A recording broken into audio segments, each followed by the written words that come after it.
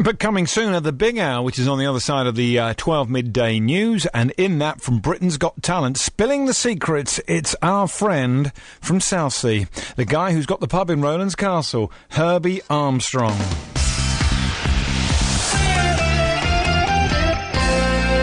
But as I say, in the next hour, the Big Hour, we have for you Herbie Armstrong, telling us all about Britain's Got Talent and all of his adventures on that big TV show. Loving life in the South. Loving life in the South. BBC Radio Solent.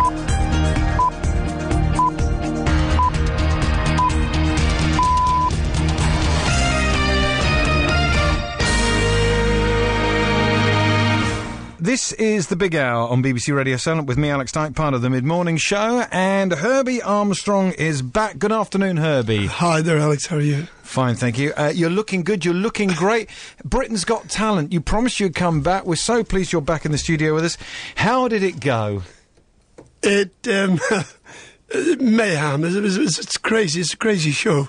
You know, and then being in front of Simon Cowell, of course, was a whole different ball game, and it went well. I got the semi-finals, and I got to what I wanted to do.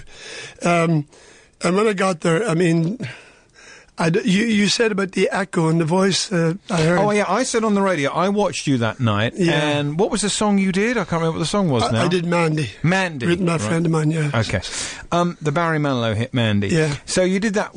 I watched it, and I thought that your voice for the first half of the song was very, very echoey and not that clear. That's how it came out on the TV. Yep. Now the strange thing was my pub at the Fountain. It was packed, and we had it on a big television screen. And after I did it, my phone didn't stop ringing, my mobile, and people texted me saying, you know, your voice was so echoey. And, well, anyone at the Fountain will tell you, when I sing, if I get up with some of the bands that are playing, the first thing I say, take off the echo. I really don't like echo in my voice. No. And in the theatre, my family said you could not hear any echo in the theatre at all. The voice was really strong, clear. Then when I got home the next day, I played it back, I'd recorded it. I couldn't believe the amount of echo they'd put on the voice. I don't know why they did it, you know, and of course if you complained about it and said to Simon Cowell or anyone else, they would say, I didn't hear any echo. Of course, they wouldn't have heard any echo in the theatre. So I had to have run-throughs, and when I did the run-throughs, I actually said, can you take the echo off? So there was no echo. So why they did that is beyond me. Sometimes it sounds like sour grapes, you know, because a lot of the artists there were complaining about different things before going on, saying that their acts were changed. They changed the dance act of one of the acts. They asked the day before. They said, can you change your routine the day before? Britney Spears' girl, they said, can you calm down your act? And then Simon said it wasn't wild enough. So you're getting this advice before going on, and you have to do what they tell you. I think if you don't, you're out. So you're just riding along with it. Anyway, I said, I've never sang the backing tracks in my life. I don't sing the backing tracks. And they said, well, it's to make a bigger production. So they give me a backing track. There was no counting. I don't know if you noticed, but it came in like within a bar and a half rather than 4-bar counting. So that threw me a bit to begin with. Then about 2 hours before I did the show, they changed the backing track. So they said to me, we want you to learn this new backing track. So it was the same song, but a different version. The same song, but different backing track. And an hour before going on, I get another, you know, one of the assistants come up and said, no, now you can do the original. They're going to go back to the original. But it's like, it throws you, you know, you're nervous as it is. Now, this was in the Mail. Your quote was in the Mail, along with other quotes about Britain's Got Talent. Did the Mail get in touch with you and ask you for this? The Mail did get in touch with me. What the Mail got in touch with me about was they offered me quite a bit of money to spill the beans, to tell, you know, especially about Ronan. Did Ronan get any, you know, different treatment from the rest of you? Did he stay in a different hotel? So this is the young lad who was tipped by the papers to win. So the paper, you know, and I'd get quite a bit of money but I said, no, he didn't. He didn't get any different treatment. I mean, he was the same as everyone else. Lovely kid, great kid, should have won. Was he staying in a better hotel? No, staying with all the rest of us. You know, in the same rooms as the rest of us, same dressing rooms. No, and the kid should have won it. I mean, I think the controversy over it. Anyway, so the meal then, I said no. The show did good for me, and they treated me really well, and it was great. Thank you very much. I'm real, real gone. I got hit by a bow and arrow. You got me down to the very marrow. You're a friend of mine, and I'm real, real gone. I'm real, real gone. On the radio, music coming and I hear Sam Cooke's voice. Well, I know I don't have any choice. That's the way it is. I'm real, real gone. Real gone. I can't stand up by myself.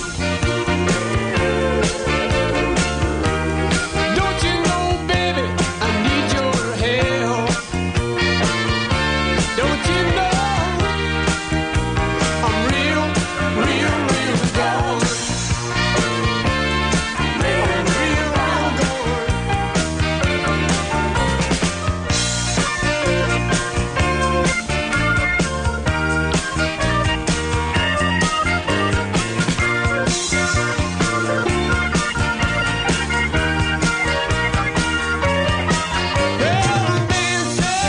Well, I'm dancing till my body's soaking wet,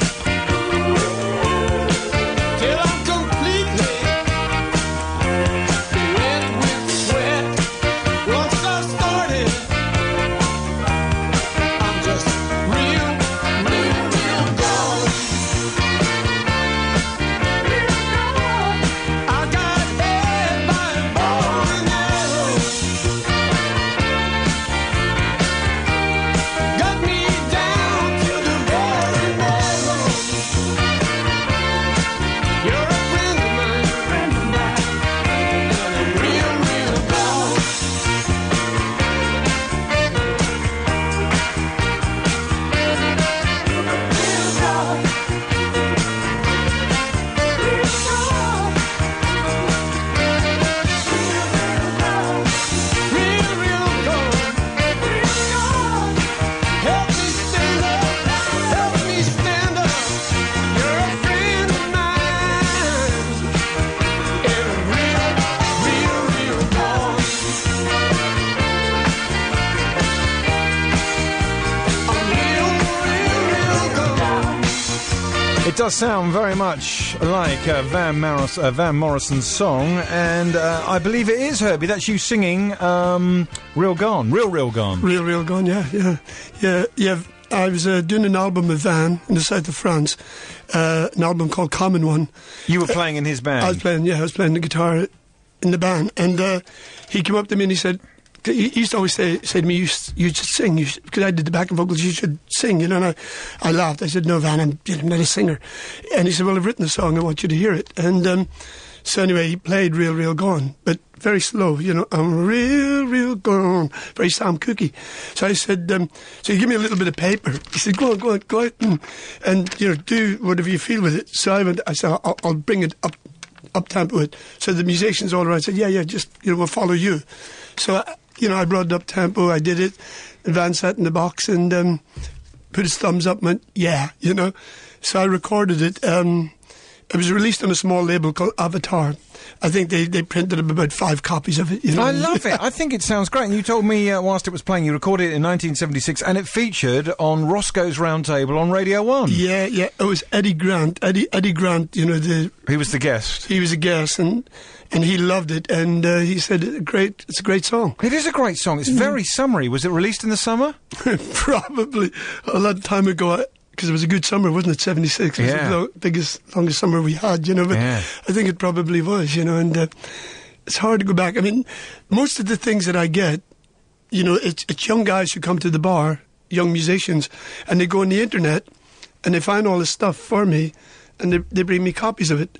Like Nick Chandler, the chap, he emailed it in this morning because he had the vinyl of it, and I don't have a copy of it, But I think it sounds great. I might have that as our record of the week next week. It sounds brilliant. That'd be real gold. Now we're going to get back to the Britain's Got Talent story. We had to cross to the Rose Bowl because obviously it's the first Test match ever there, and that's a big deal for Southampton. So sorry to interrupt you with your Britain's Got Talent story, but we will get back to that. Van Morrison, is he as grumpy as everybody says?